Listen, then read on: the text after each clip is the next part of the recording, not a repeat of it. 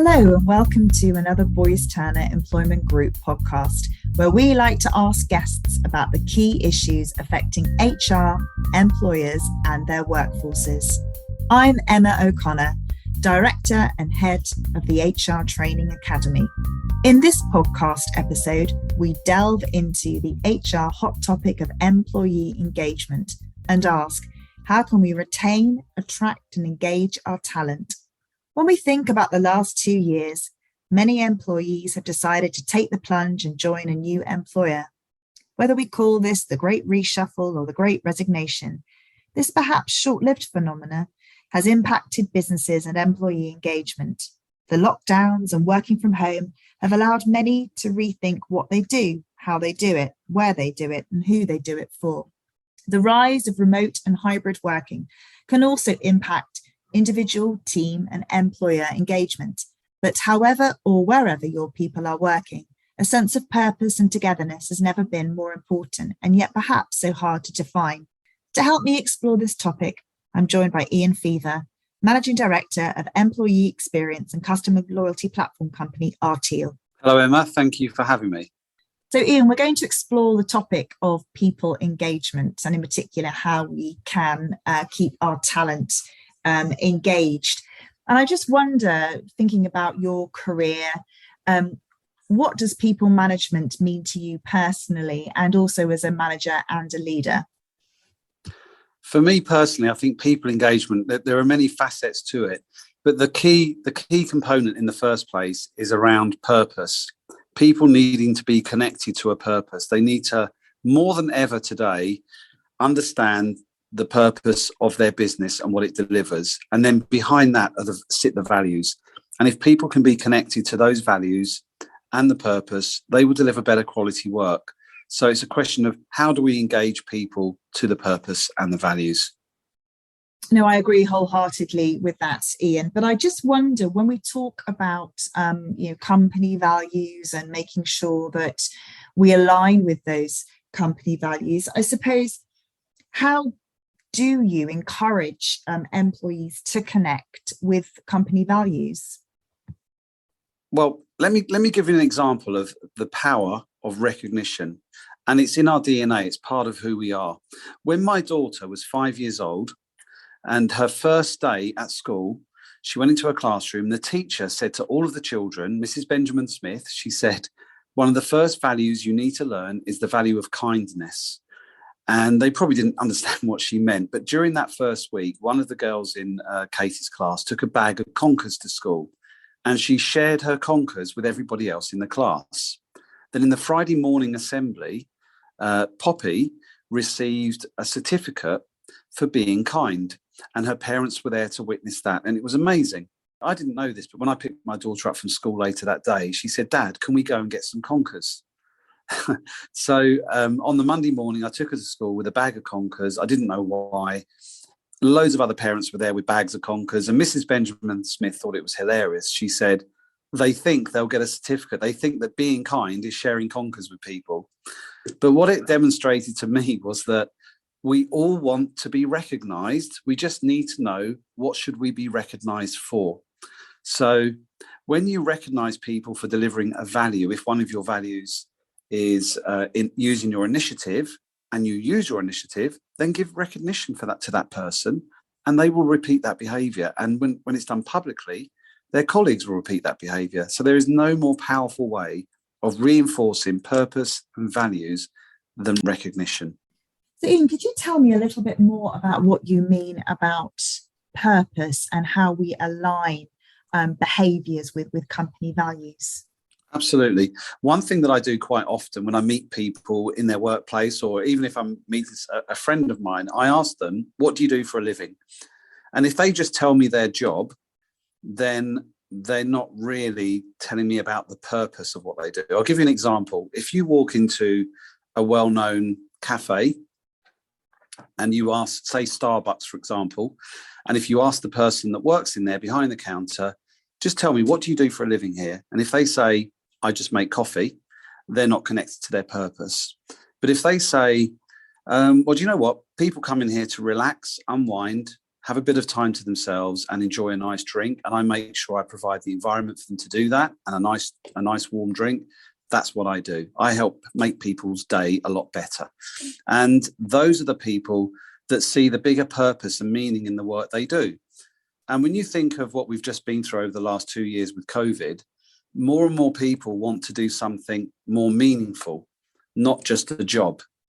And there is purpose in every career. We just need to help people understand what that purpose is. What's the bigger picture? How are they making a difference to other people's lives or other companies' businesses? No, I really hear what you're saying there, Ian, and I'm a big believer in purpose. And I think, we're very good, aren't we, at telling people how to do things? Yeah. But we're really bad at telling people why. And I think the more people understand the why, I think the how comes more naturally. That's a real change in management style, isn't it? And what we're talking about. It definitely is. And if you look back again to COVID and you think about those people that were working in the supermarkets when we were all locked down, prior to COVID, if you ask those people, what do you do for a living? They'd say, I stack shelves in the supermarket. I just work in the cash out. But then what happened was during COVID, they became essential workers. And they had more of a feeling of, well, we're actually helping to keep the country going. We're feeding our community. They were connected to a purpose, and they had far more pride in the work they were doing and delivering better outcomes for their company, but making a difference to the people in their community because they were feeding them. And I think that, like I said, every kind of work has a purpose. We just need to help people connect to it and communicate what they do in that way.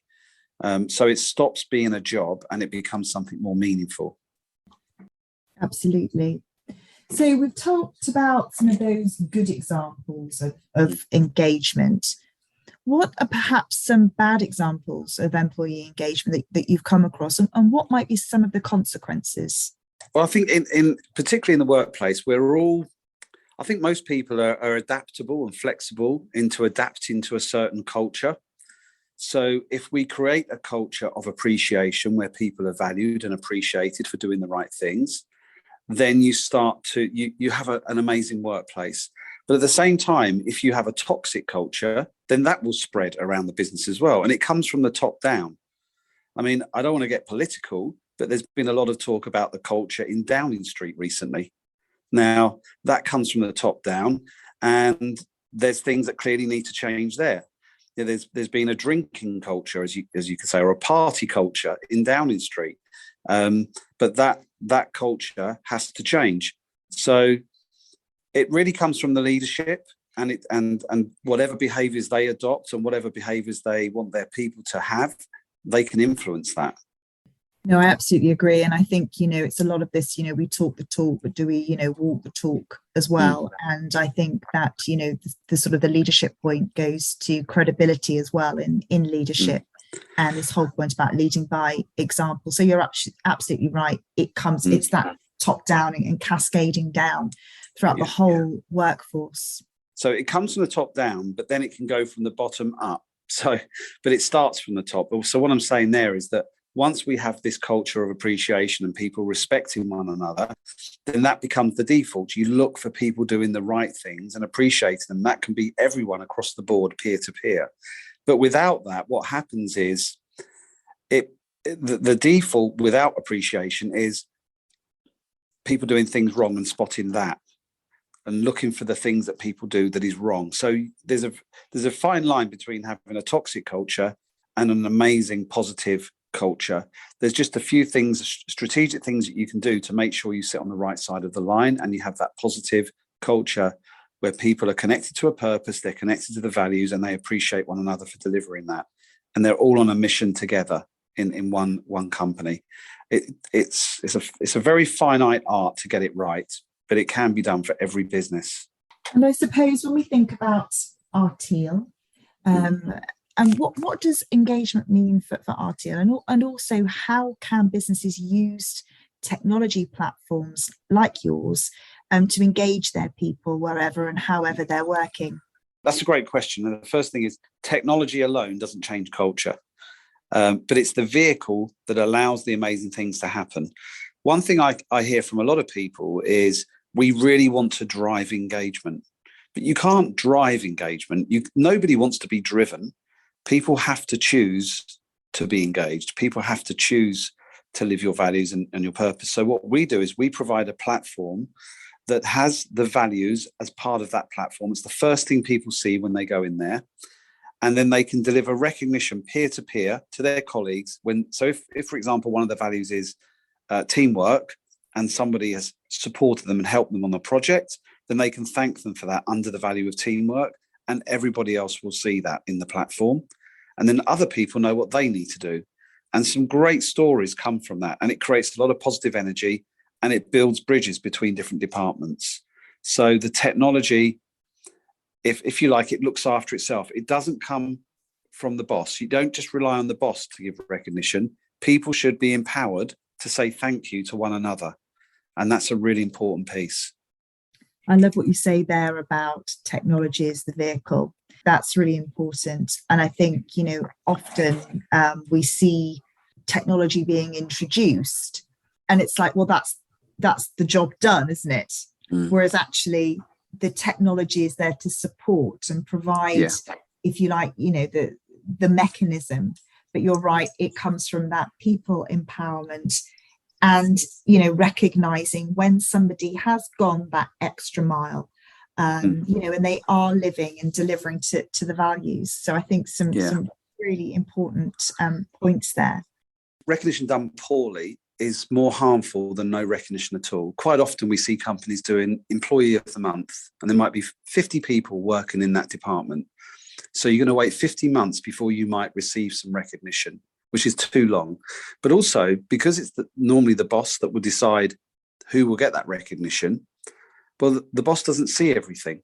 So there could be two people working together in a department and they witness somebody do something amazing. The boss hasn't seen that, but the colleague has seen their colleague do something amazing, and they can just deliver that recognition. They can say thank you. They don't have to ask permission or nominate them. With our platform, they can deliver that thank you message.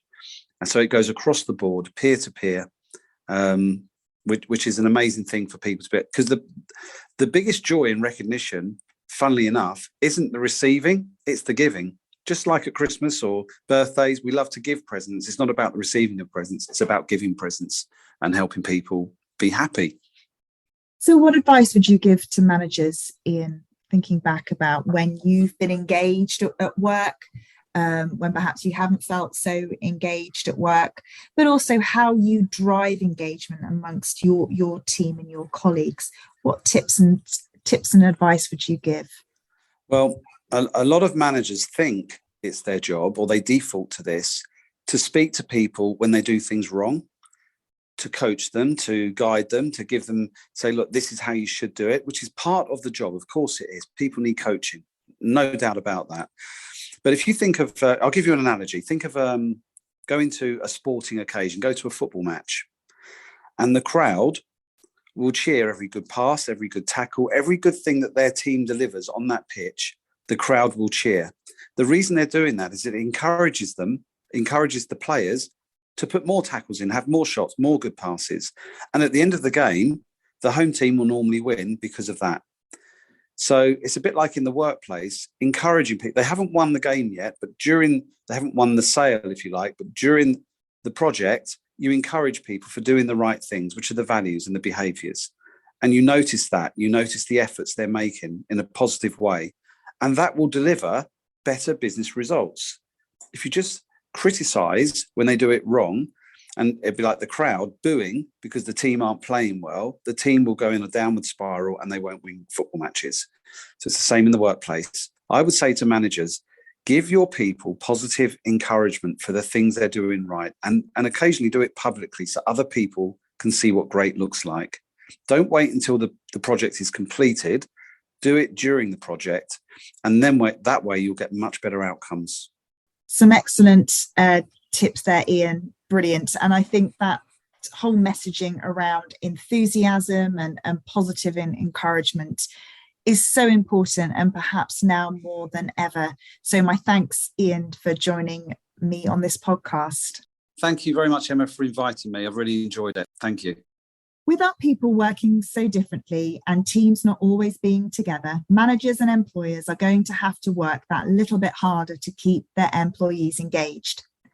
People leave or join employers for a number of reasons, not all of them financial. As we've heard, fostering social interactions, a sense of belonging and purpose are essential. This comes from having clear communication, setting expectations, giving recognition, and building trust within our teams. The more employees feel connected and trusted, the more engaged they will feel. My thanks again to Ian for joining me on this podcast. Please do remember to follow us and subscribe to our podcasts. Until next time, goodbye.